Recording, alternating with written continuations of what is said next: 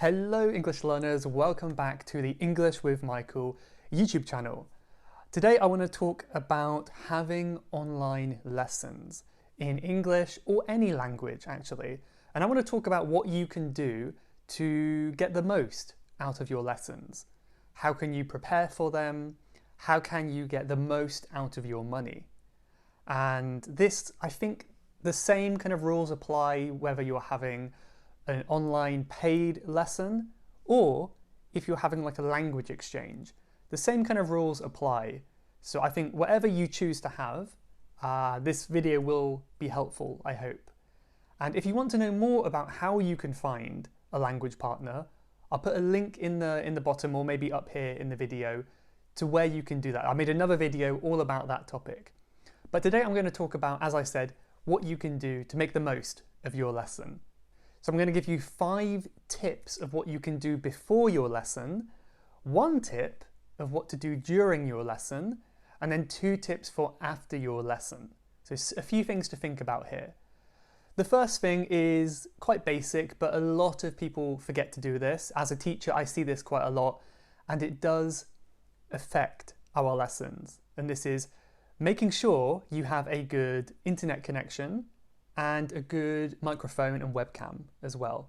Webcam is less important, but internet connection really important. So go onto an online search and type in like online internet speed test. It should tell you if it's fast or slow. If it's above 10 megabytes per second download, I think that should be fine for a video chat. So make sure that's good first because it will affect your lesson a lot if you don't have good quality audio or good internet, and it will just waste time in the lesson as well. So make sure you sort that out first. Another really important point, and this is something that I have learnt with myself, is make sure you have the right mindset. It seems like something that doesn't really matter, but it really makes a big difference. I have Japanese lessons usually twice a week, and if I wake up in the morning, I feel grumpy and I kind of feel like, my Japanese is terrible, I'm not going to be good, it's not going to go well. This negative self-talk. If I think this way, the lesson always goes badly. At least from my point of view. I feel like I didn't do very well, I didn't know much, I didn't know what to say. Conversely, if I start the lesson thinking, this is so exciting, I get to practice my Japanese, I get to show off my new words, I'm going to learn so much, then the lesson is usually very successful as far as I can tell. So have that positive mindset, force yourself to think positively, and it can make a big difference. Also remind yourself that it is good to make mistakes. Challenge yourself to make as many mistakes as you can and use some harder vocabulary. If you're always sticking to the same easy words, at the end of the lesson, you won't really feel proud of yourself. So challenge yourself to use this kind of hard stuff that you're not sure about, but maybe your teacher can correct you if you do get it wrong. My next tip is a really important one too, and this is to warm up before the lesson. Myself and other teachers always compare language learning to exercise, going to the gym, because there's so many similarities, and warming up is one of them. So your brain is kind of a muscle, I guess. I don't know if it really is, but it's kind of like a muscle because it needs warming up too. So before your lesson, I recommend maybe setting aside 15 minutes at least, just to get used to the language. So what I do with my Japanese is I will spend at least 15 minutes reading some things I've been learning recently, speaking out loud, maybe doing some listening to a YouTube video as well. So it gets my ear used to listening to the language, and it gets my brain used to thinking in the language too. If you're kind of rushing about the house and you're doing all your chores and then you sit down and have your lesson, your brain is so messy, it's really hard to get into that space of practicing. So warm up whatever way you can, just get your mind used to the language. My next tip is to kind of set a good intention. And this can be kind of a more mental intention, like make a lot of mistakes or don't be too hard on myself. But what I really mean is a kind of an intention for what you want to do in the lesson. So what I normally do, and I'll show you on the screen here now, is I will have like a document open on my computer while I'm having the lesson, and I will put some new words that I've learned in the past week or so, as well as new grammar structures. This will always be on the side of my screen, so I challenge myself to use them in the lesson. And just having them here and maybe reviewing them before the lesson is a really good thing to do. So normally I would say my intention is I want to use at least 2 of these new words in the lesson. It could be like using them naturally, like maybe you'll keep thinking about it, you'll try to find a way to use it. Or if you can't think of a good way to use it, you can just tell your teacher like, hey, I recently learned these words and I want to use them. Can you help me give me like a topic to talk about where I can use them? And hopefully your teacher will be able to do that.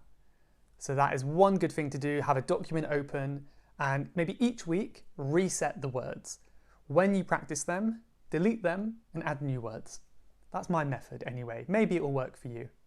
The final thing you could consider doing before your lesson is to prepare some topics that you want to talk about. You don't have to do this. I mean, sometimes I go to a class with no idea and the teacher, if you have a good teacher, they will hopefully always think of topics and questions to look at. But sometimes I find it very useful to write down some topics. So this will depend on your level, so don't make it too easy or too hard.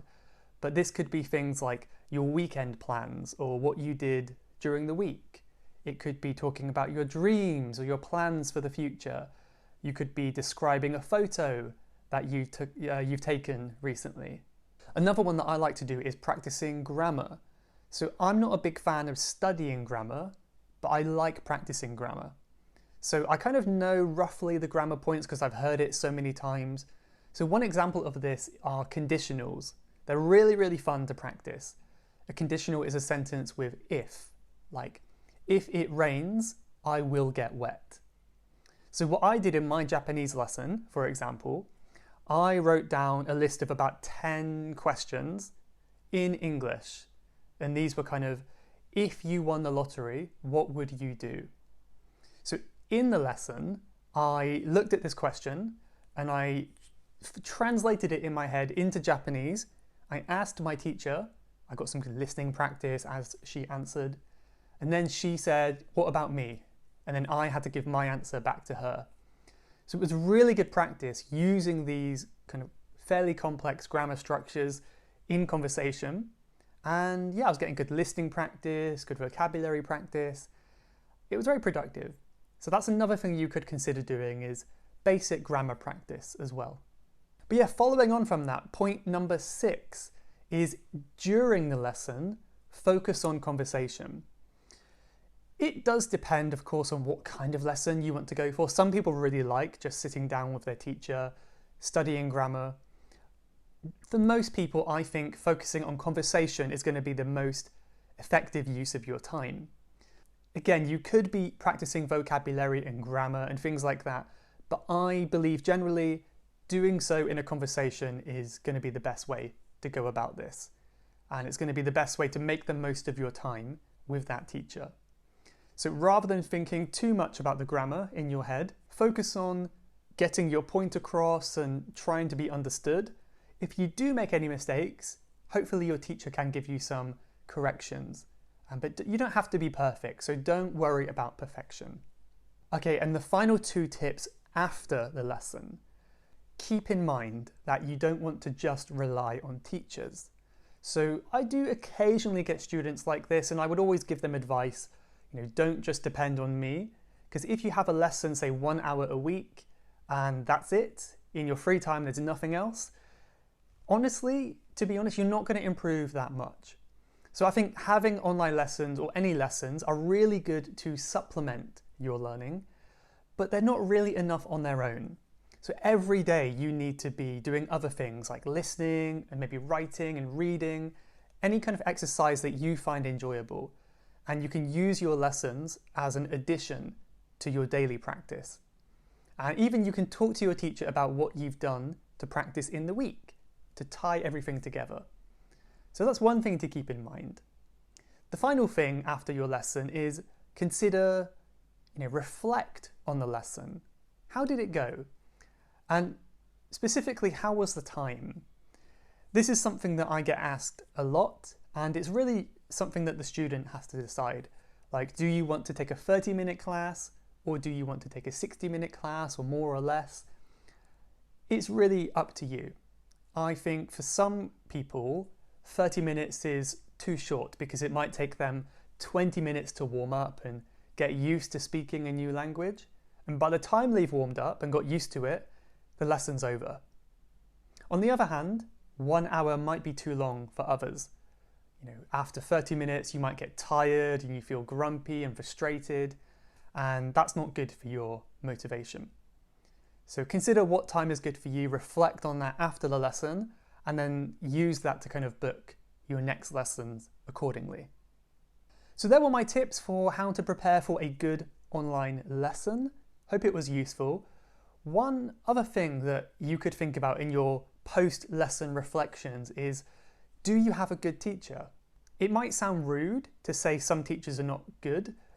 It's probably more accurate to say they're not suited for you. I do think you have to take care in finding a teacher who suits you well. They suit your personality, they suit your learning style, and you kind of have a good rapport. You get on well together. So here are some things to consider when thinking about whether you have a good teacher or not. So first of all, do they give you corrections? Do they correct your English? You may have to ask them in what kind of way you would like to receive corrections, but if you ask them and they don't give you corrections, that could be a bad sign. But I think most teachers will do that. They'll be able to do that. Another thing to consider is, do they talk too much? In my first ever language lesson, I was quite nervous, but my teacher spoke for the entire lesson, and I kind of felt it wasn't very useful for me. So you ideally want a teacher who can think of good things to say, but also is a really good listener, and they're happy to stay quiet when you are talking. Also consider, very simply, are they friendly? Do they make you feel comfortable? Do you have a good relationship with them? That is very important in getting a good teacher. You want to feel comfortable, you want someone who smiles and is friendly, and you want someone who is knowledgeable as well. Do they know what they're talking about? They don't have to know everything.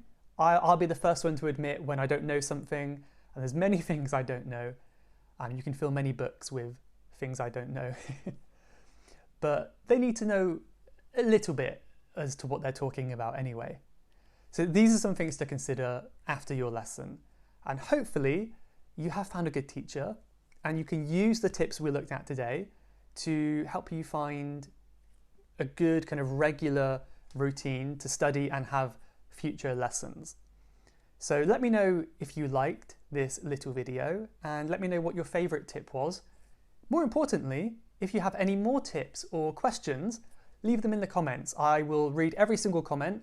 I really appreciate them, so thank you if you do that. And also, don't forget to check me out on Patreon as well.